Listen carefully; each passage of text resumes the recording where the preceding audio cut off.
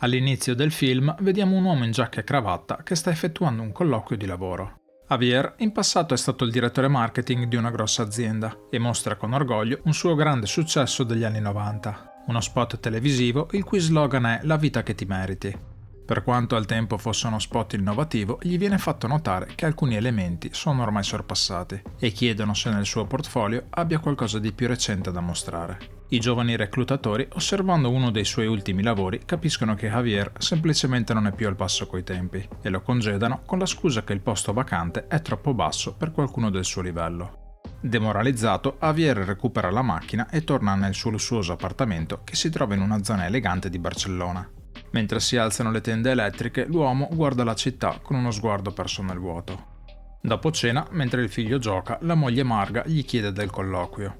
Javier inizialmente rimane vago, ma la donna capisce subito che il marito ha ricevuto l'ennesimo rifiuto. Gli dice che probabilmente è giunto il momento di ricalibrare il loro tenore di vita e suggerisce di traslocare in una casa di loro proprietà in un quartiere più modesto. Javier è riluttante all'idea, ma la moglie gli fa notare che da quando lui ha perso il lavoro l'attuale affitto non è più sostenibile e aggiunge che forse è il caso di vendere anche la BMW. La mattina seguente cerca di rassicurare il figlio Dani dicendogli che presto tutto tornerà alla normalità. Il figlio però non sembra credere alle sue parole e gli rivela che a scuola si è già sparsa la voce delle loro difficoltà economiche.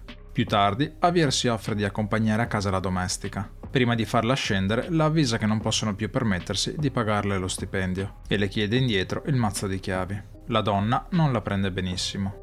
Presto arriva il giorno del trasloco e Javier assiste tristemente a tutto il processo di trasferimento. Quando entra nella cucina del nuovo appartamento, nota che il rubinetto ha una piccola perdita e le tapparelle non sono più automatizzate. Ora la città la può ammirare solo attraverso un cartellone pubblicitario. Durante l'ennesimo colloquio, Javier riesce finalmente ad ottenere il lavoro e lo informano che può iniziare da subito. Tuttavia, una volta rimasto da solo con l'assistente, scopre che si tratta di un contratto da stagista che prevede 6 mesi di prova non retribuiti. Javier sfoga la sua rabbia prendendo a calci la portiera della macchina e quando la apre per provare a sistemare il danno, trova il mazzo di chiavi di riserva della domestica. Quella sera, prima di rincasare, torna al suo vecchio appartamento e seduto in macchina osserva da lontano i nuovi inquilini.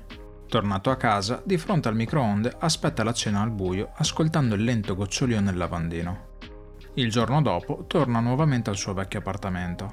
Aspetta che la giovane coppia esca per andare a lavorare e successivamente si intrufola nel palazzo senza farsi notare. Una volta dentro, la sua attenzione viene subito catturata da una foto della famiglia che ora vive lì. Si prende del tempo per ammirare la vista sulla città e in seguito fa colazione concedendosi una tazza di cereali. Prima di andarsene approfitta del momento per usare anche il bagno. Quella sera Javier torna ad appostarsi di fronte al palazzo. Assorto nei suoi pensieri non riesce a staccare lo sguardo da quella che fino a pochi giorni fa era casa sua. Ad un tratto il telefono squilla e viene riportato alla realtà da una persona interessata a comprare la BMW. Lui però risponde di averla già venduta. Il giorno seguente si infiltra nuovamente nell'appartamento e questa volta rovista con più attenzione nei cassetti. Controllando il computer del marito, scopre che la famiglia è stata vittima di un incidente stradale e nel verbale della polizia è riportato che il conducente guidava in stato di ebbrezza. Capisce che l'uomo ha un passato da alcolizzato e ha provato più volte a smettere senza successo. Guardando il suo calendario, scopre che frequenta un gruppo di supporto per alcolisti. Javier decide quindi di infiltrarsi nel gruppo facendo finta di avere anche lui un problema con l'alcol. Racconta che a causa del suo vizio sia la moglie che la figlia lo hanno abbandonato e inventa una storia con elementi in comune alla sua preda per provare a connettere con l'uomo. La cosa funziona e a fine sessione Tomás si avvicina a lui e gli offre parole di incoraggiamento. Javier sfrutta il momento per convincere l'uomo ad andare a bere un caffè insieme. Tomás gli rivela di essere vicepresidente di una famosa ditta di trasporti e dopo avergli dato altri consigli su come affrontare il loro vizio, accetta di fargli da sponsor. Il giorno seguente torna nuovamente nel suo vecchio appartamento. Utilizzando il PC di Tomás, modifica un appuntamento spostando la classe di ginnastica della figlia e sincronizza l'aggiornamento su tutti i dispositivi. Più tardi si reca ad un bar situato di fronte al centro sportivo dove la figlia fa ginnastica e vede che Tomás viene rimproverato duramente dalla moglie per essersi dimenticato di andare a prendere Monica. Preso da un momento di debolezza, entra nel bar con l'intenzione di andare a bere, ma alla fine riesce a trattenersi.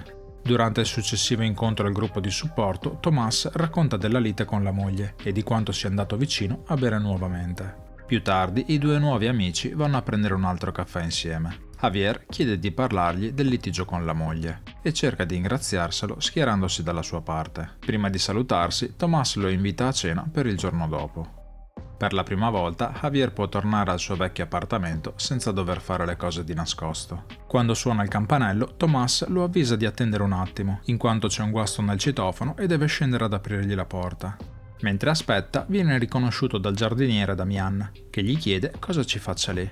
Javier si inventa che deve recuperare la vecchia posta e i fiori sono per la moglie. Nel frattempo continua a controllare l'ascensore nella speranza che la loro conversazione finisca prima che arrivi Tomás e per sua fortuna Damián si allontana appena in tempo. Accolto in casa, gli viene presentata la moglie Lara e la figlia Monica. A cena discutono del lavoro pro bono della moglie e mentre Tomás ironizza sul fatto che le opere di bene non aiutano a pagare l'affitto, Javier prova a darle supporto. Dopo cena aiuta Lara con la lavastoviglie e le dice di ammirarla per essere rimasta a fianco al marito nei momenti difficili. La mattina seguente Damián intercetta Tomás mentre esce con la figlia per portarla a scuola e parlandoci brevemente capisce che non ha la minima idea che Javier sia il vecchio inquilino. Nonostante questo decide di tenere la cosa per sé.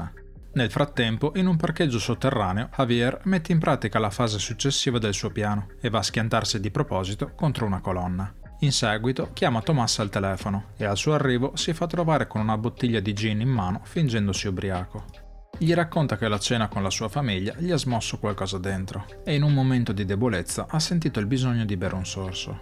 Tomás cerca di farlo riflettere utilizzando la sua allergia alle arachidi come analogia. Una sola arachide basterebbe a farlo morire e lui deve vedere l'alcol allo stesso modo, nel senso che anche una sola goccia, nel loro caso, è estremamente pericolosa. Per tirargli sul morale poi gli spiega che non è tutto oro quello che luccica e che la sua carriera è solo apparentemente di successo. Ha una posizione da dirigente solo grazie al suocero che è presidente dell'azienda e in realtà lui non fa altro che eseguire ordini dalla mattina alla sera. Javier deve chiamare il carro attrezzi e facendo finta di avere il telefono scarico chiede in prestito quello di Tomás. Mentre l'uomo esce ad asciugare il gin versato sui vestiti, Javier sfrutta l'opportunità per spedire a se stesso un'email.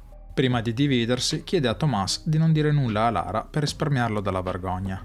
Tornato a casa, Javier mente alla moglie dicendole di aver venduto la macchina e che il bonifico arriverà nei prossimi giorni. Ad un tratto riceve una chiamata da Damián e con una scusa si chiude in bagno per parlare al telefono in privato. Il giardiniere lo avvisa di sapere quello che sta facendo e gli dà appuntamento la mattina seguente per parlare. Nel frattempo, Lara sente l'odore di alcol sulla camicia del marito e pensando che abbia bevuto gli chiede spiegazioni. Tomás prova ad inventarsi una scusa, ma vedendo che la moglie non abbocca è costretto a raccontarle la verità. Il giorno seguente Javier si incontra con Damián. Scopre presto che il giardiniere è un pervertito e attraverso il ricatto lo invita a recuperare della biancheria usata dalla casa di Tomás. Javier inizialmente si rifiuta, ma l'uomo lo minaccia di rivelare la sua vera identità. Non avendo alternative è costretto ad obbedire e si dirige all'appartamento per recuperare quanto richiesto. Proprio in quel momento Lara torna a casa inaspettatamente per recuperare il telefono che aveva dimenticato. In seguito chiama proprio Javier e quando sente un telefono vibrare inizia a guardarsi intorno. Javier però lo silenzia velocemente e riesce a non farsi trovare. Lara quindi lascia un messaggio nella sua segreteria dicendogli che ha bisogno di parlare con lui. I due più tardi si incontrano e la donna lo informa di essere al corrente della sua recente ricaduta. Per questo motivo gli chiede cortesemente di stare lontano dal marito per il suo bene. Javier però rigira la storia e afferma che è Tomás ad avere avuto una ricaduta e che proprio l'altra sera si è ubriacato con del gin. A corroborare la sua versione dei fatti le mostra l'email che si era spedito dal telefono di Tomás, facendole credere che il marito le ha mentito.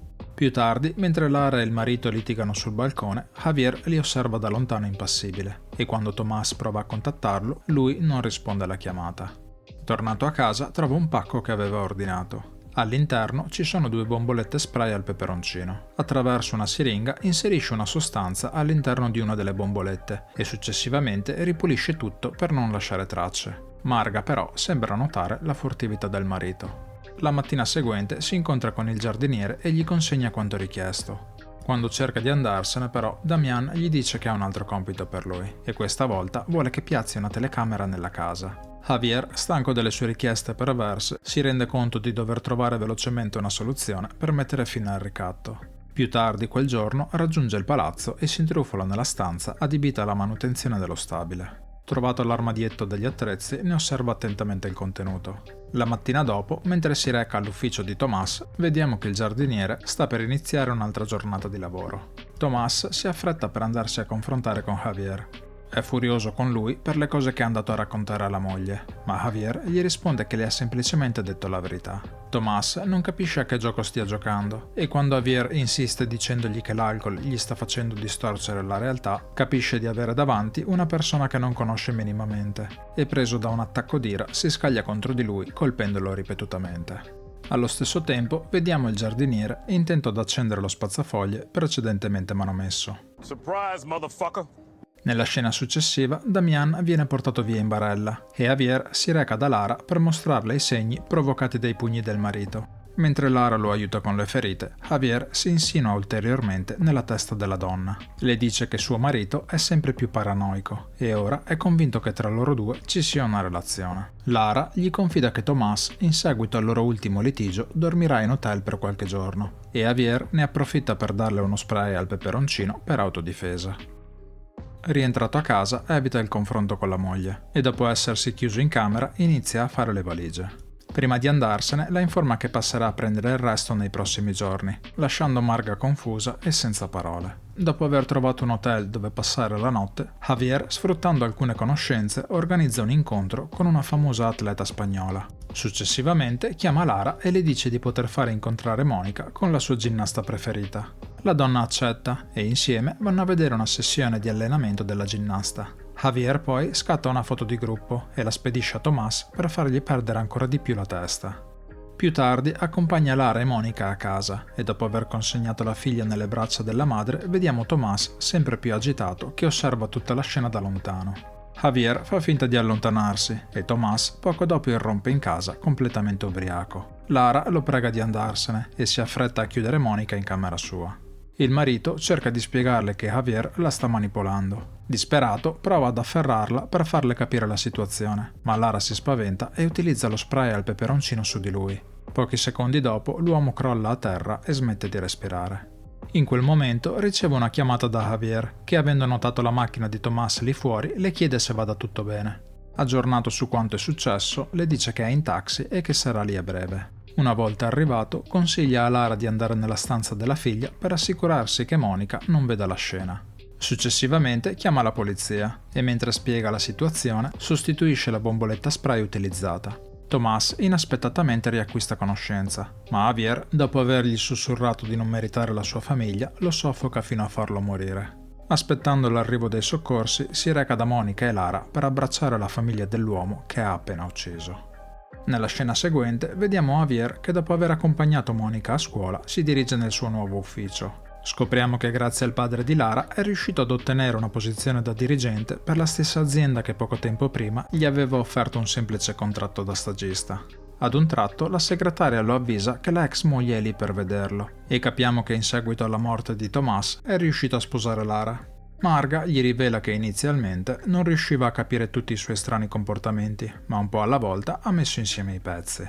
Dopo aver studiato attentamente il caso, ha capito che è stato lui ad aver ucciso Tomás iniettando un estratto di arachidi nello spray. Quando lo minaccia di rivelare tutto alla polizia, Javier le risponde che se lo farà svuoterà il conto aperto per finanziare gli studi di Dani e in seguito venderà la loro casa che è intestata a lui. Con quei soldi pagherà l'avvocato più bravo e costoso che ci sia. Javier si affretta quindi per andare a congratularsi con dei nuovi clienti, lasciando Marga nuovamente senza parole. A fine giornata recupera la nuova BMW e torna nella sua nuova e bellissima casa dove abbraccia la nuova figlia e la nuova moglie. Poco dopo li vediamo cenare felicemente insieme. L'intera sequenza finale, con Javier che apre le tende per ammirare l'esterno della casa, ricorda la celebre pubblicità vista ad inizio film, simbolo del grande successo del suo passato. Tuttavia, quel momento apparentemente perfetto viene disturbato dal lento sgocciolare del rubinetto.